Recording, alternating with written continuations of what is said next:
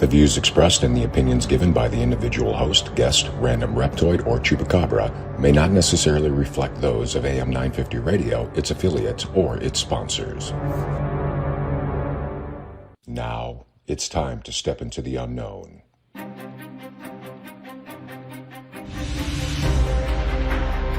There are things people experience but never talk about.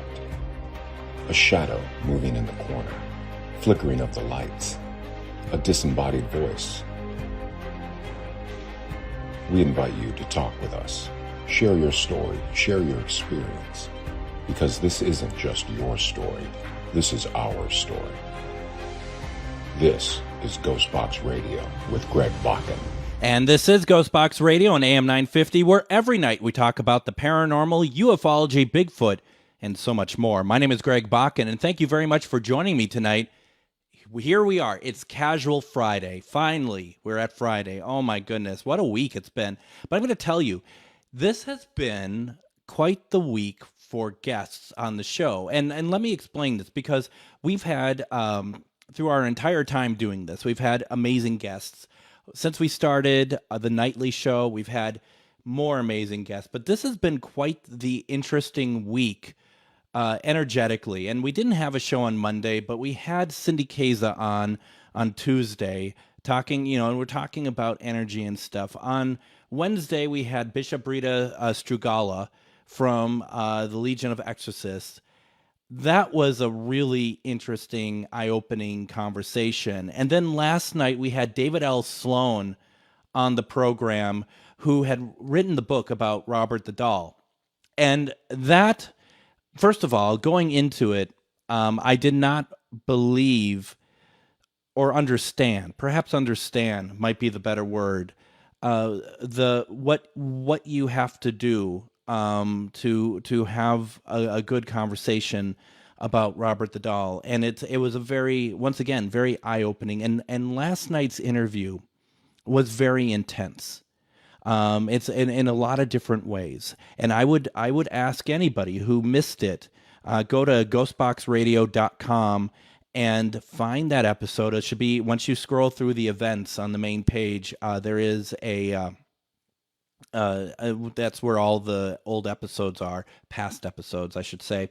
And take a listen to it. It's a very, very interesting conversation, and very much, I think David L. Sloan definitely is coming across as the truly the person who's watching over the well-being of Robert the Doll. That's the way that I took it, at least. So I'd be very interested in what you all think about it. We had a very lively group last night with a lot of questions about everything to do with Robert the Doll. They were very good questions. We had very good questions the night before with Bishop Rita as well.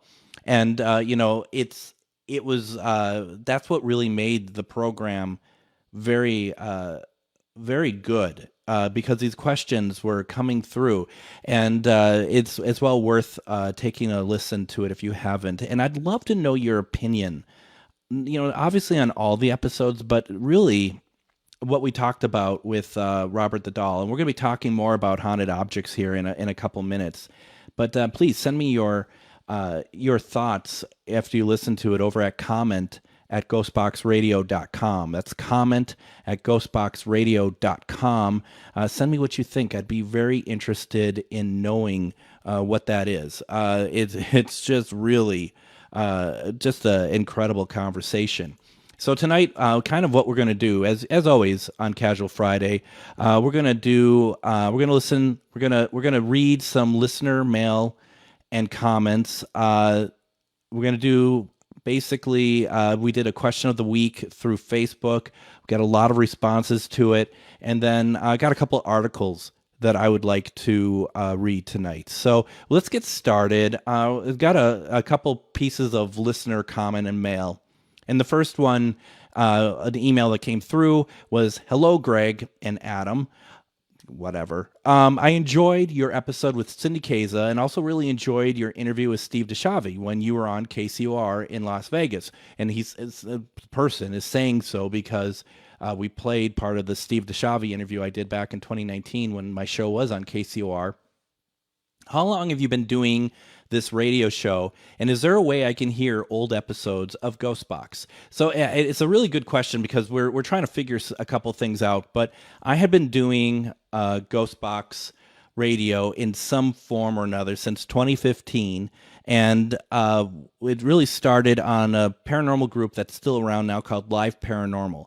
And at that point, it was called Minnesota Ghostbox Radio because we were from Minnesota. And I wanted to include that in there. But the thing is that I think I only did just a few episodes, maybe 6 episodes on Live Paranormal. I went to another paranormal network called Para X, that they're still around, and they still have a bunch of really good paranormal radio shows. That's para-x.com, if I'm not mistaken. And then after that, I moved over to KCOR in Las Vegas. I didn't live in Las Vegas, but the show was broadcast out of Las Vegas. And we did a lot of interviews there. I was on there for a few years.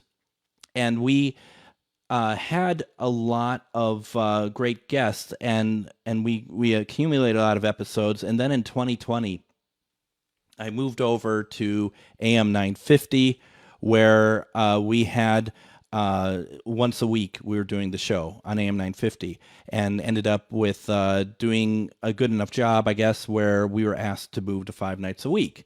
So that has accumulated a number of episodes over the course of the last 9 years.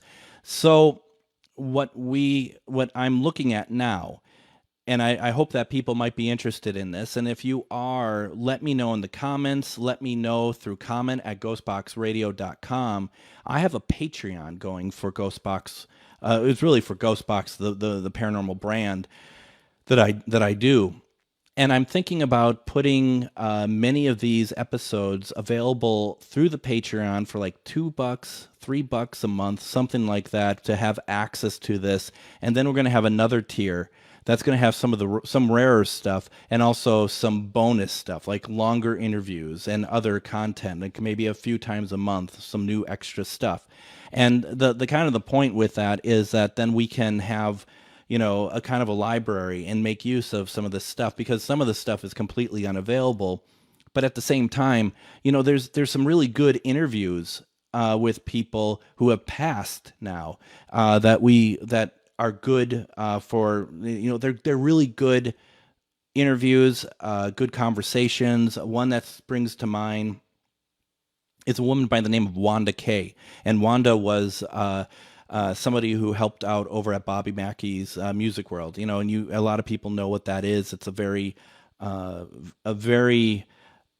incredible bar owned by Bobby Mackey, but it's also very haunted.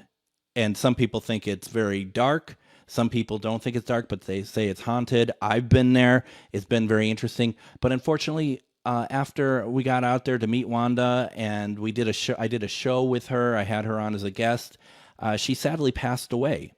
And that is something that that really still to this day makes me very sad, because she was such a wonderful person. But those episodes should be made available, and I currently really don't have a place to put those at the moment. So, and honestly, it'd be nice to make a little bit of money off of what we have here. So hopefully some people might be tempted to do a Patreon of a couple different levels, and from there see if, have a listen. And I'm just trying to figure out the best way to put it on Patreon. So that's where I'm at with that.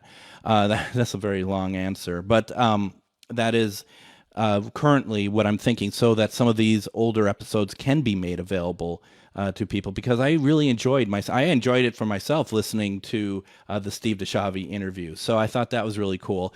Also I thought, which was funny, when we had Bishop Rita on Wednesday night, we got a comment in there, and I really don't know what to make of it, but it wasn't really appropriate to put on when we were talking about demonology, and it was from Brandon Vegas, and that was from YouTube. And Brandon said, "Ambassador Vegas of the Federation of Light Proto-Dame, peace be with you, humans of the planet Earth."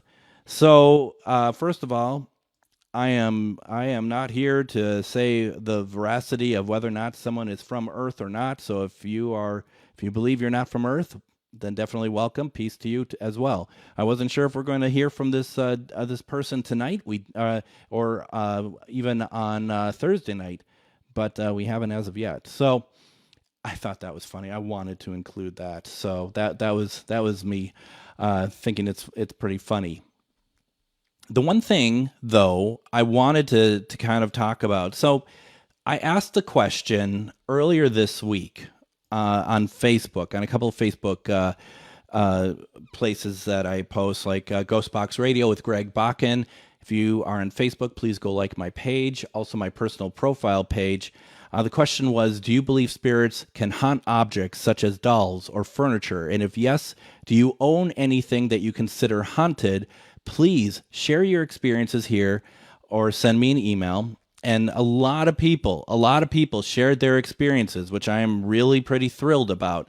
And before we really get into this, and I will definitely take the next segment to really go through the answers that we got. But I want to point out to you all this doll behind me. This what is basically I call the cliche, because the haunted, Annabelle is a Raggedy Ann doll. If you watch the movies, she's a very creepy creature, a creepy doll. But the original Annabelle, which is in the Warren Museum, which I've had the opportunity to actually see in person, as well as have my picture taken with Annabelle. I got this Raggedy Ann doll because I am part of the Warren Legacy Foundation. So I mean, it's just kind of a nice little callback to one of their most famous pieces from their own museum. And the Warren Legacy Foundation is a very serious group of paranormal investigators who want to help people, and that this is on a level of there's a lot going on to verify cases, a lot going on to help people, a lot going on to get into it. And so I was helping them do their live streams, and I thought, well, let's create a room that has some cool lighting such as this, as well as getting a Raggedy Ann doll. And this is slightly vintage. I got it from Etsy.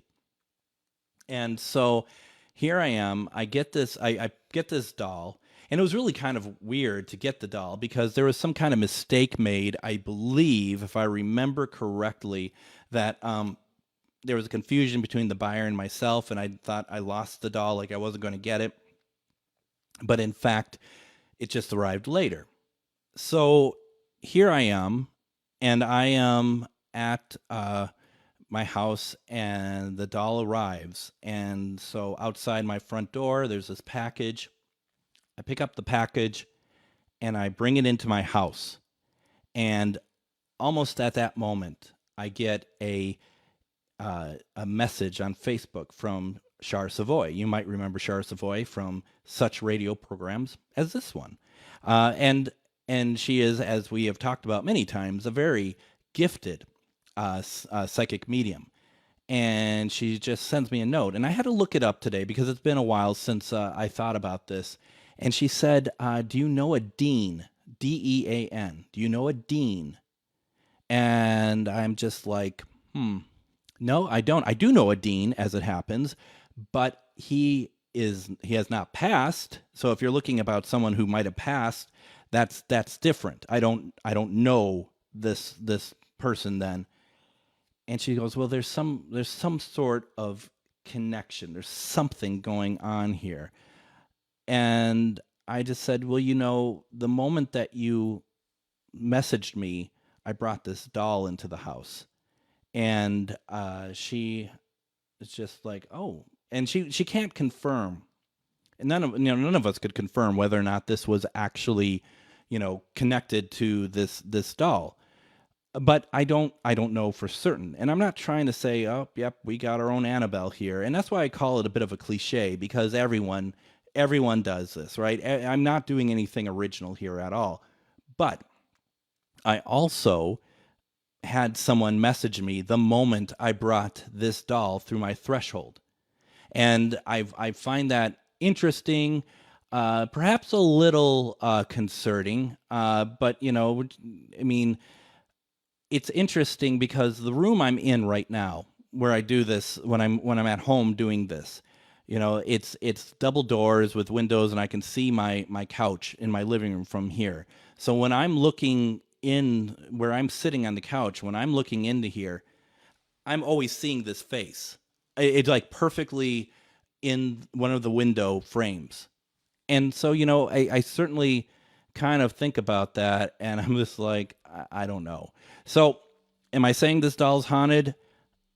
That's something like a cliche, but if something happens, I'm going to let you know, and I certainly hope nothing happens.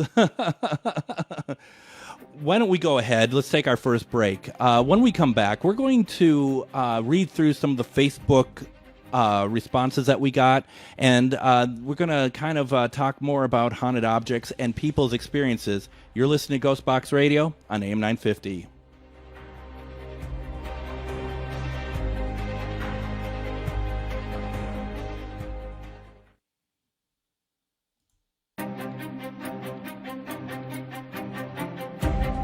And welcome back to Ghostbox Radio on AM 950. My name is Greg Bakken. Thank you so very much for joining us tonight.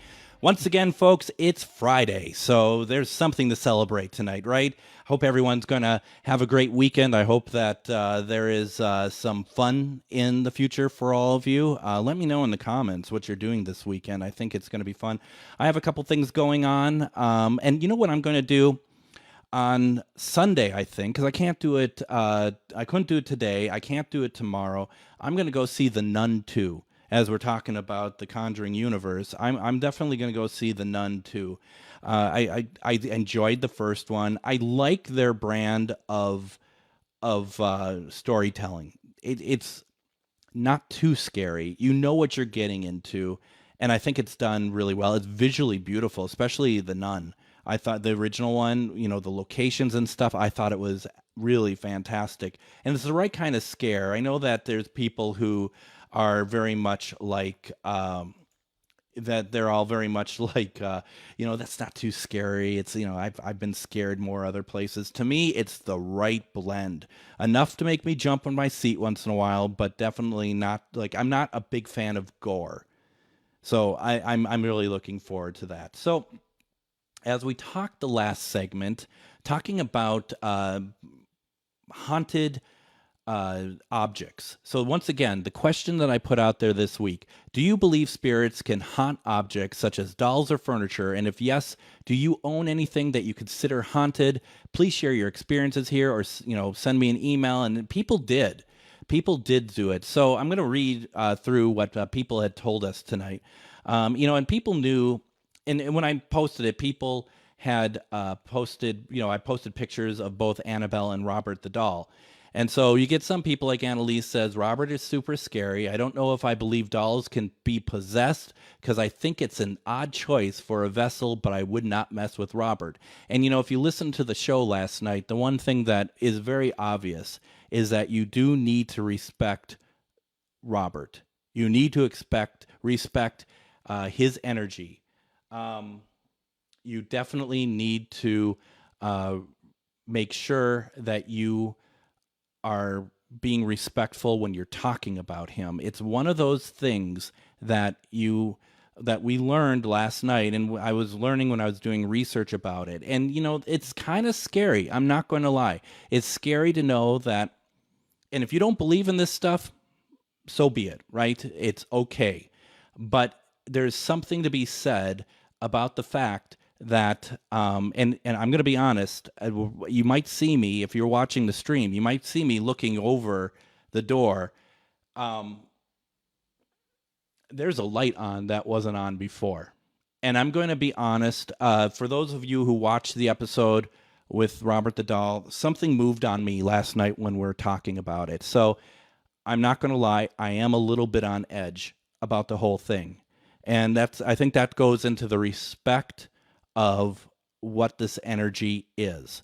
So that's why you got to be careful. So when people are just like, I'm scared of this doll or whatever, I think that's fine, but you also want to be respectful of it too. Do not mock any of any of these dolls, any of these objects, and one thing that they found out, going into like where Robert is on display, you don't go in mocking him. If you do, you're going to pay the price. Once again, that episode's available on ghostboxradio.com. Listen to it. It's pretty intense here. Let's see here. Jennifer writes, I have no proof, and this is kind of a bit of a conversation. So I'm going to read through it because it's very interesting. She is not someone I would have thought about paranormal. I've known her for many years. I never would have thought that she had any thoughts about paranormal at all. But she says, I have no proof they can't. So I'd agree that they could be. This is an item in my home, and she shares a picture that I wonder about frequently. So she shares this picture and she says, this is an item in my home I wonder about frequently. So I just ask her, what makes you wonder about it? And she's just like, I'm not sure. Just odd things since I've had Mary. Sounds, doors open, dogs barking at the office door. And I asked her how long you've had her. And she says she's been in the family at least my whole life, 47 years plus. She belonged to my aunt. She dealt in European antiquities. Mary was one of few pieces, so the statue has a name. Mary has a few pieces I didn't find in her catalog. That said, I've got a few of her pieces in my house, so who knows? My parents don't remember too much about the history. So there's that sort of thing where it's just like there's some, that intuition comes through. Brianna says, yes, objects can totally be haunted, especially if you're the one that put them there. In addition to several haunted crystals, I also have a talisman I got at the Hmong market that allegedly has a spirit of a monk attached to it. And Jacqueline says, I've had some strange interactions with red wax covered box, including 2 photos taken months apart of me holding it, which were strange. And you got to be careful. There's those boxes out there. I don't know if you've ever seen them like on eBay that people will put out there that these are boxes that have spells in them and that they are coated in wax. And if you break open the wax box, you're going to release whatever's inside there. And there are a lot of different takes on this, whether you believe or you don't believe. But honestly, that is something that, if you see them on eBay, in my opinion, stay away from it. You don't know what you're messing with. A lot of this stuff, we don't know what we're messing with. You think about the doll, and you think about when you bring in antiques into your house, you need to sage them. Even if you're not into the paranormal, you should really sage everything that comes into your house, because that is, you don't know what energies you're bringing in. And I've had a number of people talk to me about that. When I worked for Carmichael Lynch, the CEO, he had told me that he had brought some stuff from an antique store into the house, and they're not quite sure what was going on with some of the stuff in the house. Now, going back to the Facebook stuff, Anita says, hey, Greg, yes, objects can house spirits. Many cultures use them for such purposes since the advent of recorded history. They can be made for this purpose. She says she has a few, and they can get stuck in an object, choose to settle in an object, or be bound to an object. Binding them to an object is my favorite way of dealing with a troublesome spirit. The most obnoxious spirit I have wasn't bound by me. It's stuck in a bracelet. Pretty sure they've mentioned it before. It's one that did all the damage to the house. I'm about to get another such item, but this time it's more positive situation. If you would like historical, anthropological information on such figures, I'd be happy to dig that out for you. Well, I appreciate that very much. Thank you very much, Anita. And that's, something that I always find interesting. There are people who I think take the cue from the Warrens, and I know people who do investigations, and that they want to take like one thing like from the investigation with often with permission to add to their collection. And I worry about that personally. That's not my way to vibe, but you be you. But I've also seen people who take stuff not from people's houses, but from like graveyards and stuff without permission. And that's a whole different beast. That's not great. And they feel they get their comeuppance. Every single time I feel they get their comeuppance. They tell me stuff, and it's just like, you shouldn't have taken it, and yet they do. Going back, remember our friend Anna Maria Manalo, who wrote Night Visitants? We talked to her, and she says she got a book about it. She wrote a book about it. Of course you did, Anna. Of course you did. It's called Haunted Heirlooms. And you know what? Let's get her on the show. Let's talk about it at some point. It's such a great subject. And, she scared the you-know-what out of us the last time that she was on. Do it again, right? Might as well. Let's see here. Interesting one. Kelly says, I think some items could be haunted or cursed. I don't think it's just her opinion that it happens often, though. I've always thought haunted dolls made the most sense. She says it sounds crazy, and I don't think it sounds crazy, because if you're a spirit, want to attach to something, why not pick a human-like structure? I totally agree with that. Now, she says, funny story, I had a friend who had accidentally over-ordered some mood rings for her booth at the farmer's market. She tried selling them as bulk items, discounted, etc. on eBay, Craigslist, around 2010 with no luck. I jokingly suggested to mark them as cursed items and list them individually on eBay. They sold out, and she made a huge profit. It's funny, and hopefully, Kelly, you got a profit from it. That you got a little bit of something from that for the idea. That's the funny thing about it. And I know that I'm reading, and some people were just kind of like, "Oh, you shouldn't have done that," or "They don't do that." It's like, you know what? I think it's more in my mind of a commentary on the fact that there are people who suddenly are super interested only because it says it's cursed. And that actually troubles me personally. I don't know about you all, but it actually troubles me quite a bit, because why do people want to buy cursed objects? And I wonder if it goes back to the fact that they don't understand, or they don't truly believe that there are there's rectification for the actions you take. And that's something that I think that a lot of people need to understand. And sometimes they find out the hard way. Now, Will, my friend Will, says, my son and I had this discussion about a week ago. The result? We felt like describing it as an attachment seemed more likely. So more of an attachment than something haunting something, which I think, Will, you and your son are spot on, though I think it can work both ways, in my opinion. Something about a specific object, Will says, that the spirit just hangs with because of some connection to it they had. So, in the case of some of these haunted dolls, who knows where they may have come from? But I think, to Will's point, what if, and I know somebody, actually, now thinking about it, I think their mom is attached to some jewelry. And because there's been some action and reaction around there. So I wonder that. Anthony says, yes, I do believe. Sarah says, yes, but I think it depends on your definition of haunted. We are aware of spirits that hang out in houses, castles, businesses. All are structures. Items are also structural. So yes, spirit can be furniture of any item or any items that are or were around people, animals, etc. I also think that it has a lot to do with the intention of spirit. I have a rock my mother gave me when I was seriously ill. I carry it every day. If not in my pocket, then in my purse. It reminds me of her. It is infused with her love. Is it haunted? Not sure, but I do know I feel her presence when I hold it. Depends on your definition. I think that's fantastic, Sarah. Thank you very much for that. And I think what's really interesting about that, do we call something haunted because we don't understand it? But if it's something that we know is from a loved one, that's a totally different thing.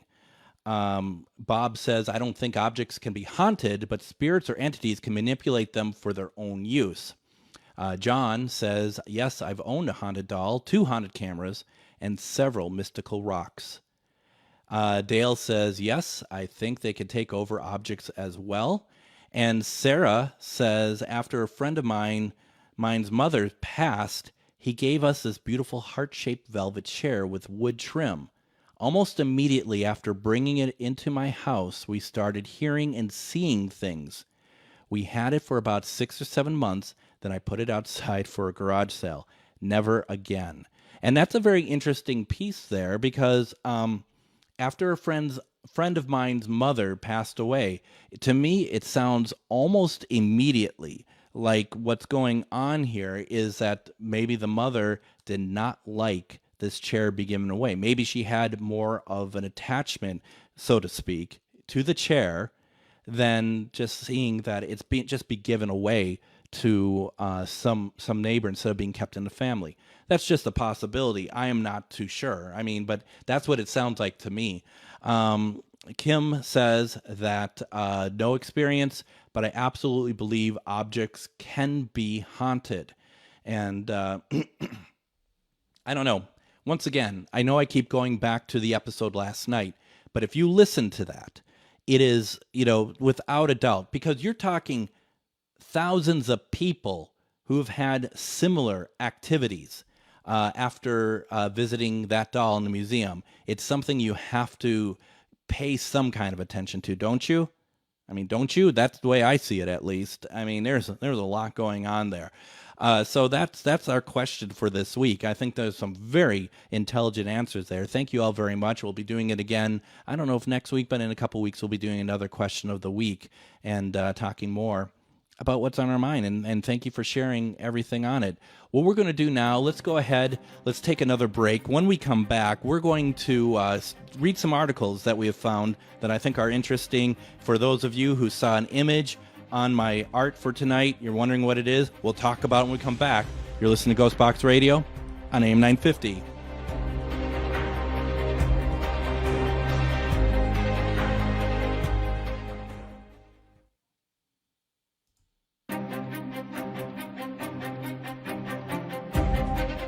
And join us Monday on Ghostbox Radio with Greg Bakken as we talk to Lori Lashman from Souls of Spirit Expos.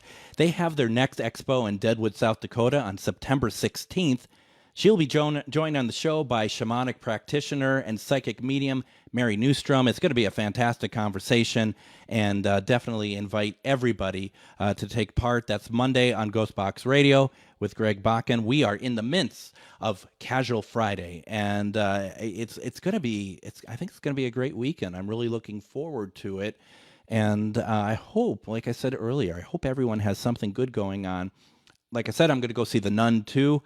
Maybe do a little bit of grilling. I might like a little bit of grilling. This week I did some ribs on the grill, and it's not the traditional. Like, I know a lot of people love to have that fall off the bone rib.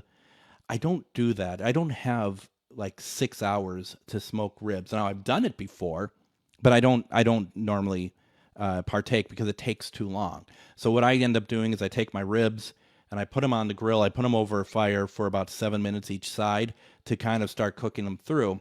And then I take it off the grill, and I have it on the grill, but I take it off heat, and I cover up the grill, and I let that sit for like another 30 minutes or something like that, just so it's kind of indirect heat.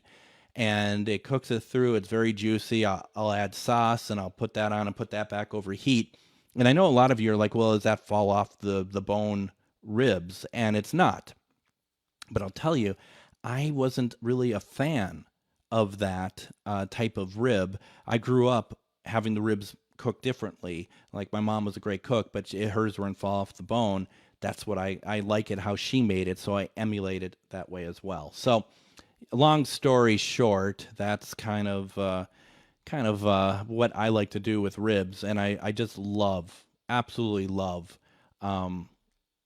grilling all sorts of stuff, and I'll do it. You're going to hear me talk about it all winter because I don't stop unless I move somewhere that I cannot grill.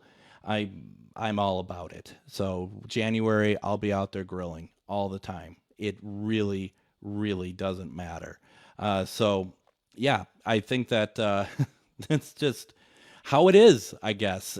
Some really some delicious foods. I don't make a lot of extras or anything with it. I mean, it's really just the meat. That's really what it always comes down to for me. It's always just the meat. So I'm just trying to pull up one of the articles I want to talk about today because I posted for those of you who don't follow me on Facebook, and I wish you would, Ghostbox Radio with Greg Bakken, a Facebook page. Please go follow it.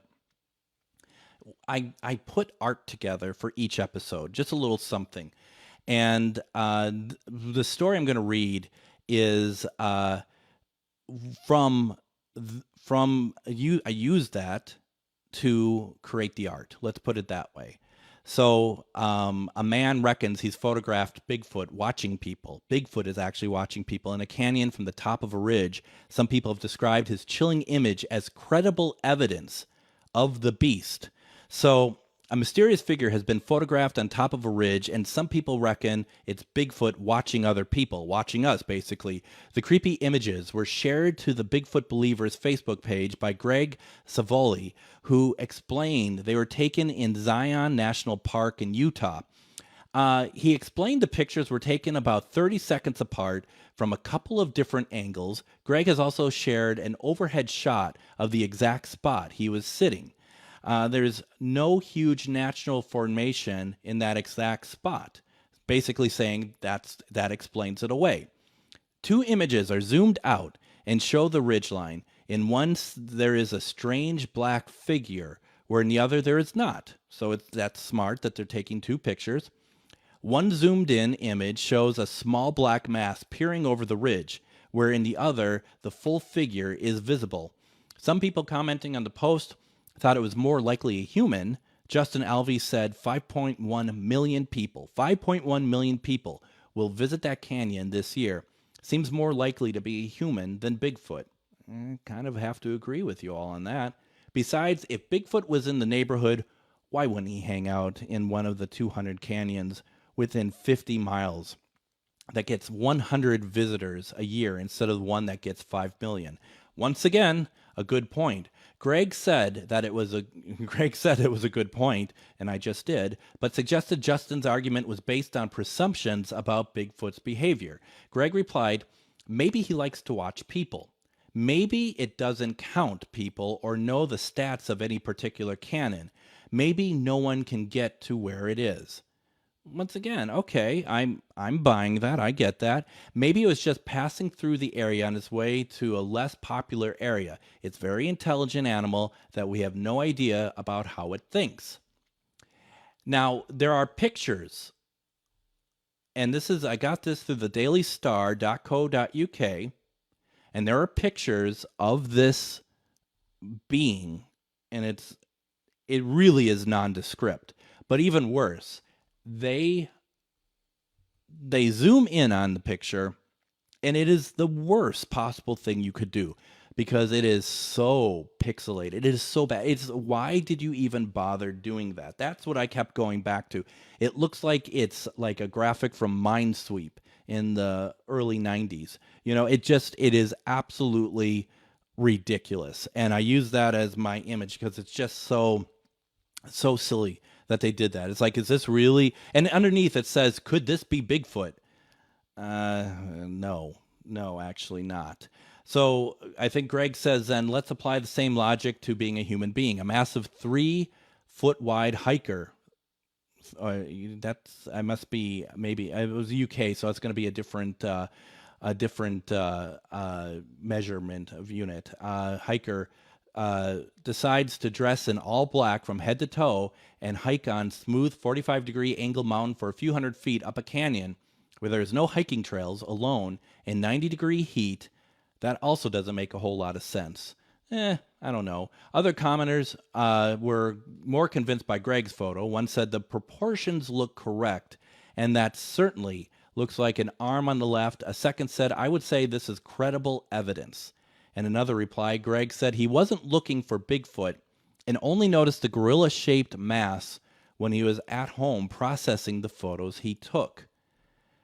I don't know. I don't know what to think, and I'll put this on the Facebook page, and we can all kind of look at it together and see. Um, the argument in my mind that this is something that why would a hiker go on this? I mean, but we all know, quite frankly, that hikers do stuff, or people scale mountains or whatever. That's what they do. They like a challenge like that, and I think that's what was happening here, possibly. So that's my take on it, at least. I'd love to hear your take on it as well. Residents in Waynesboro, Virginia, known for the 1960s UFO sighting, were treated to an unusual sight recently. A bright train-like glow in the sky that abruptly vanished. The UFO hotspot stirred up intrigue once again as locals reported the mysterious event on Friday night, September 1st. So this was, 8 days ago. Decades ago, in December 1964 and January 1965, reports a metallic ship and an upside-down spinning top toy emitting a strange blue glow fueled speculation about extraterrestrial encounters in the area.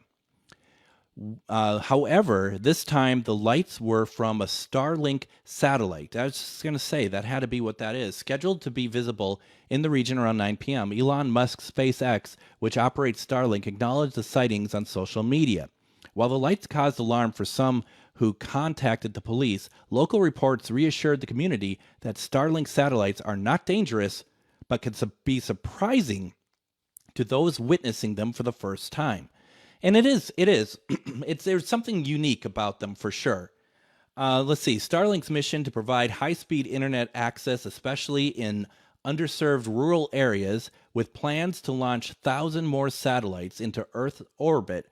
Similar incidents have occurred in nearby regions, rekindling memories of the UFO frenzy from 1960s in Virginia. Now, you know what's interesting about that? To me, that almost sounds like a bit of a rehash of what you call it, War of the Worlds. It's like there's an explanation for. People thought that the radio broadcast for War of the Worlds with Orson Welles was like real, but it's not. And that is something that it's kind of like this a little bit. It's a little bit like what is happening here.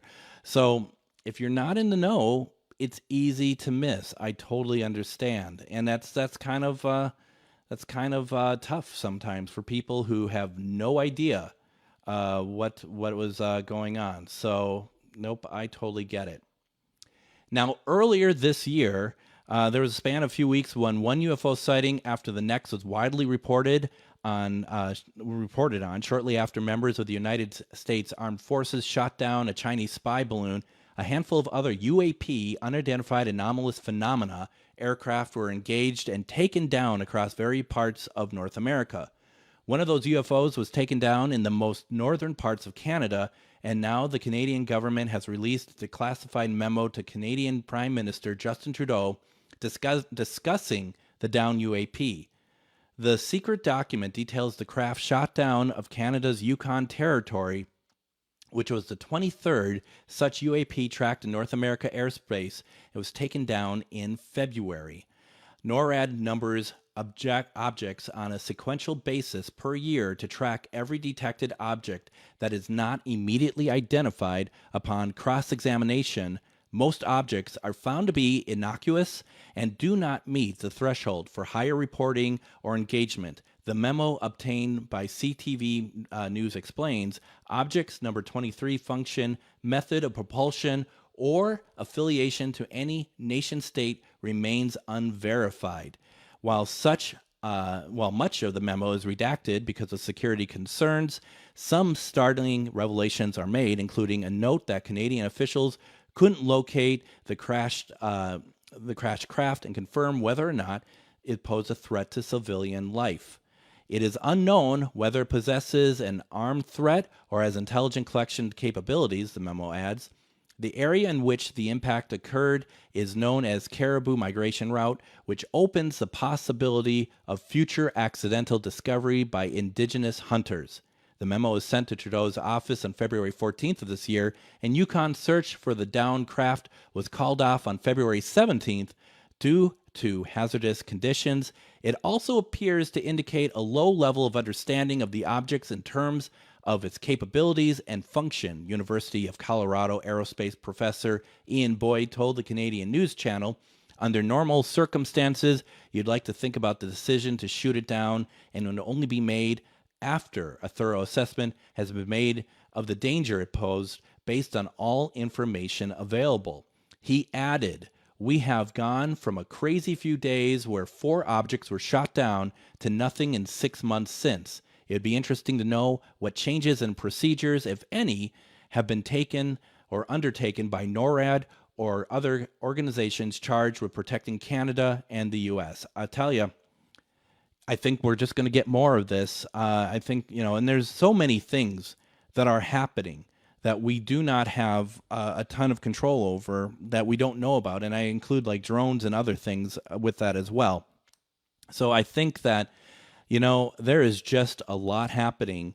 And, we're going to have to kind of make that distinction, if you will, between, is this something that really we need to worry about, or is this something that is earthbound, like stuff that is happening from around our country that citizens are putting up and putting in the air, or is it like some sort of other country threat? There is so much. I don't know. There's going to be, I think we're going to have a lot of interesting things come up here, and I'm not saying it's going to be good, but I think that these UAPs, whatever they are, whether it's from out of this planet or we're making ourselves, I think there's going to be a lot that we're going to have to figure out. So as we wrap up the week, don't forget Monday, we will have Lori Lashman on from Souls of Spirit Expos, and joining her will be shamanic practitioner and psychic medium Mary Newstrom. Please make sure to visit ghostboxradio.com to find past episodes of our radio shows, and like us over on Facebook at Ghostbox Radio with Greg Bakken. Definitely would appreciate that if you could do that. And also, send any comments or feedback to comment at ghostboxradio.com. And don't forget to check out the best of Ghostbox Radio, airing Saturdays at 8 p.m. and Sundays at 4 p.m. on AM 950. And then finally, whether you're chasing spirits or just drinking them tonight, please be careful out there, and we'll see you Monday as we talk to Lori Lashman from Souls of Spirit Expos. Everyone, have a great weekend and take care.